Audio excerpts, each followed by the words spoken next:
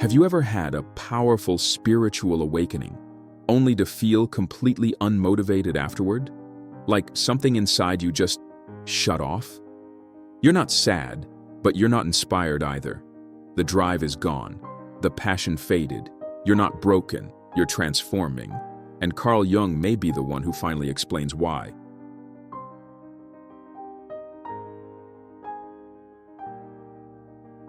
Let's be honest. We're taught to believe that when you wake up, everything will click, that you'll find your life's purpose, be filled with enthusiasm, and radiate clarity.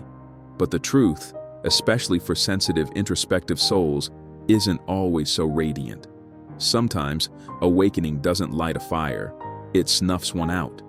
Before your awakening, your life may have been driven by deeply ingrained motivations. Get the degree, land the job, impress your parents, build a dream life that looks good on paper. These goals felt urgent because they were backed by societal expectations, and the ego thrives on those. But when awakening occurs, whether through meditation, a breakdown, or a slow unraveling, you suddenly see through the performance. You realize the striving was never really about you. You were trying to feel enough. And now that you know that, the motivation vanishes. You stop pushing, you stop proving. But in that silence, you also stop feeling like yourself. That's the moment the ego starts to panic. It doesn't know how to operate without a checklist or a comparison. Carl Jung described this moment as a psychological death, the dissolving of the false self. It's disorienting, not because something is wrong with you, but because something is being reprogrammed. The ego no longer runs the show, but the self hasn't stepped in yet with new direction. In this space, you may find that what once inspired you, productivity, competition, even self-improvement, now feels hollow. And yet you haven't discovered what does feel meaningful. This is the emptiness between identities, the sacred pause, and it's more powerful than you think.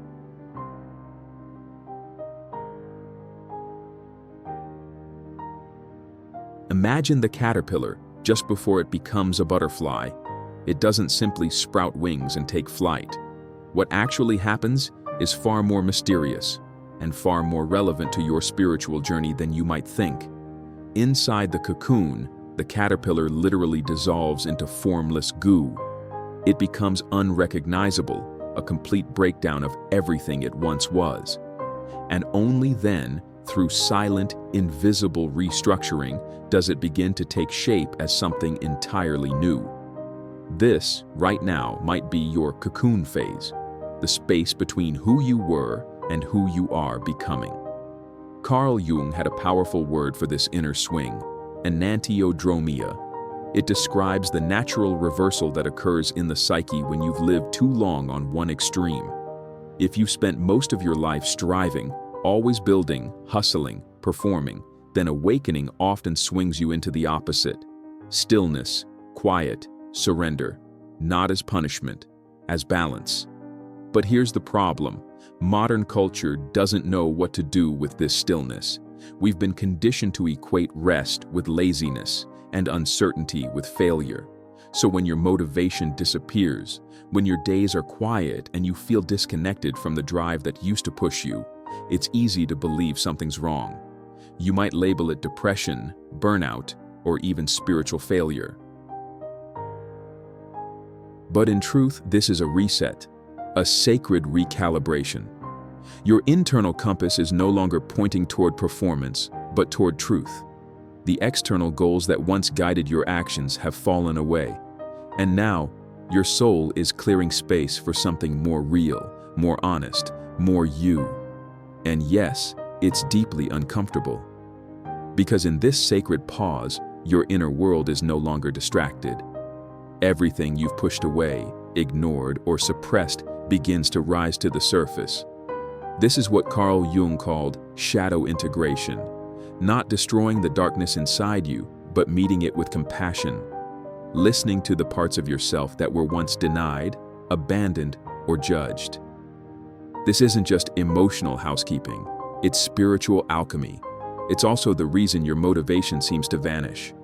Your soul has intentionally halted the ego's agenda, so the unconscious can finally speak. You can't build a new life from the old script.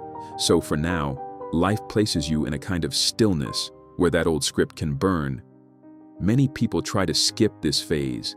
They leap from awakening into the next big project, the next manifestation goal, the next high vibration habit. But Jung would caution, if you skip the darkness, you skip the gold. The void isn't failure. It's the womb of your rebirth. And when you stop resisting it, when you sit with it, breathe into it, listen to it, something magical begins to stir, not in fireworks or fanfare, but in a quiet whisper. A longing that doesn't demand, a new kind of movement, a gentle return. This stillness isn't the end of your story. It's the space where your real story begins.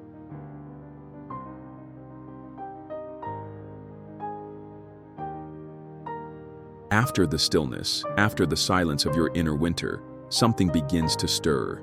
But it doesn't arrive with fireworks or grand revelations. In fact, it often feels so gentle, so quiet, that you almost miss it.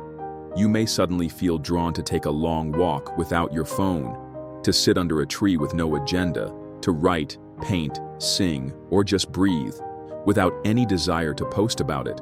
No need to prove anything, just the urge to be. At first, this might feel strange.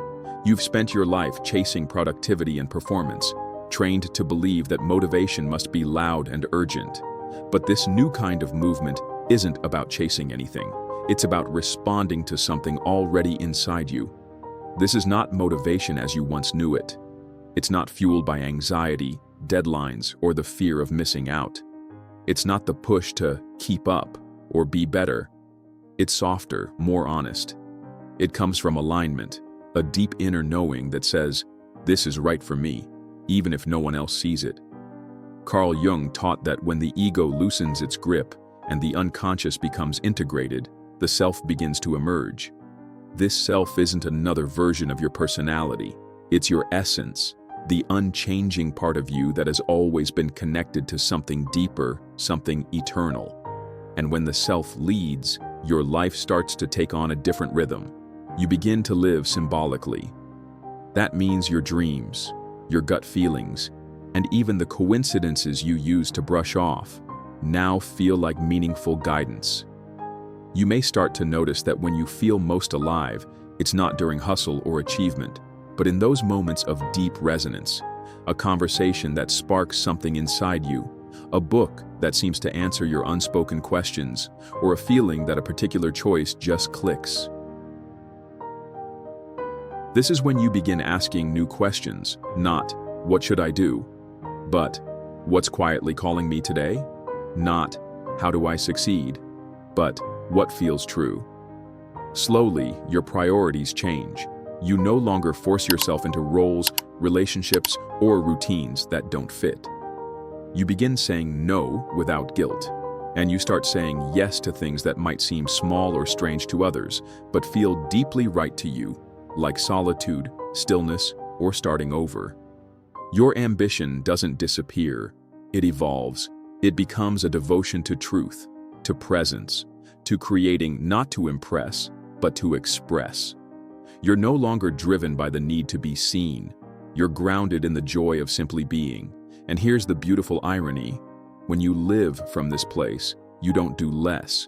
You actually do more of what matters. You feel clearer, more focused, and surprisingly energized. Not because you're forcing it, but because your actions are no longer in conflict with your soul. Yes, you'll still feel tired sometimes. Doubt will still visit. But now you're not betraying yourself. You're building a life that finally fits, from the inside out. So if your motivation disappeared after awakening, it's not because you failed. It's because the old fuel no longer works. Your system is upgrading. Your soul is making space for a deeper flame, one that doesn't flicker when the winds of approval or expectation blow. You're not broken. You're being rebuilt. This moment, this strange pause, this quiet in-between, is the most sacred part of your journey. The world may not understand it. It may not look productive, but it's real. and it's necessary. So let me leave you with this. If you let go of everything you were taught to chase, what truth would remain? If that question resonates, you'll love our next video. 13 signs your aura is so powerful it can unsettle others. Carl Jung. Click now and uncover the subtle energetic power awakening within you.